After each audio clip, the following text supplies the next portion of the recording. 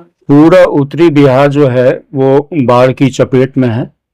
पिछले कुछ दिनों से बहुत बारिश हो रही थी और जैसे कि रिपोर्ट मिली है कि नेपाल में भी जो कैचमेंट एरिया है उसमें बारिश बहुत ज़्यादा हुई है और सरकार ने भी अभी अलर्ट जारी किया है। इस पूरे इलाके में जितने लोग नदी के किनारे बसे हुए हैं या निचला इलाका है उनको सेफ जगह जाने की ज़रूरत है। वैसे अररिया ज़िला का सबसे निचला इलाका जोकीहाट प्रखंड है, इसलिए विशेष रूप से मैं जोकीहाट के निवासियों से अपील करूंगा कि वो जल्द से जल्द एक ऐसी जगह पे शिफ्ट हो जाएं जहां उनके जान माल की हिफाजत हो सके। और सरकार से भी मैं अपील करूंगा कि हर ज़िला में एसडीआरएफ का परमानेंट बेस होना चाहिए, क्योंकि नॉर्थ बिहार हर साल बाढ़ की चपेट में आता है और पटना से इसको कंट्रोल करना उतना आसान नहीं है। इसलिए ज़रूरी है कि ट्रेंड जो एसडीआरएफ के लोग हैं वो हर ज़िला में उपलब्ध रहें ताकि इमरजेंसी में लोगों की जान को बचाया जा सके। वैसे सर, सैलाब के दिनों में लोगों को किन बातों का खास तौर पर ख्याल रखना चाहिए? सबसे पहला इम्पोर्टेंट चीज़ है अपनी ज़िंदगी बचाना, अपने जान माल जो हैं पशु हैं उनको बचाना, उनके कागजात हैं और अभी सर्वे भी चल रहा है। अभी 3 महीने के लिए रोका गया है, लेकिन वो डॉक्यूमेंट्स भी, अपने बच्चों के डॉक्यूमेंट सर्टिफिकेट्स उनको सेफ जगह रखना चाहिए। और पानी का कोई भरोसा नहीं है कब कितनी तेज़ी से पानी हमारी ओर बढ़ेगा।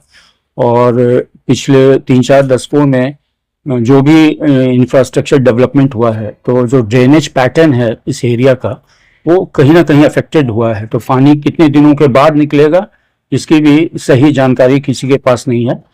तो लोगों को चाहिए कि अपने हर चीज़ को और सबसे पहले अपनी जान को बचाएं।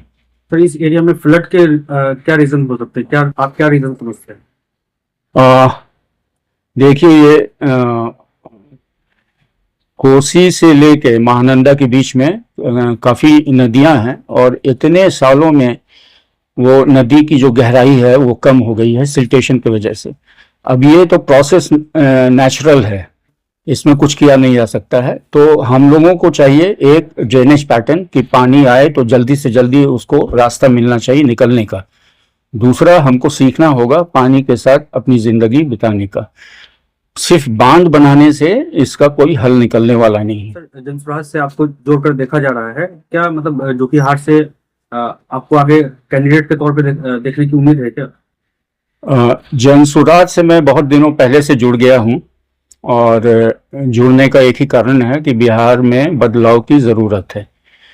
1990 के बाद लोगों को काफ़ी उम्मीद थी और पहले तो राष्ट्रीय जनता दल को, फिर राष्ट्रीय जनता दल को, उसके बाद जनता दल यूनाइटेड को और डिफरेंट कॉम्बिनेशन ऑफ गवर्नमेंट्स हम लोग देखे हैं। लेकिन कहीं ना कहीं लोगों को लगता है कि जो तरक्की होनी चाहिए थी और जो खुशहाली लोगों की ज़िंदगी में आनी चाहिए थे वो हुई नहीं है। तो उस नज़र से बिहार में एक बदलाव की सोच चल रही है लोगों के बीच में और जनसुराज उस सोच को वास्तविकता में बदलने के लिए मैदान में उतरा है और हम उस पार्टी के साथ जुड़े हुए हैं, उस अभियान के साथ। और 2 तारीख के बाद वो पार्टी बनेगी तो उस पार्टी के तहत काम करेंगे।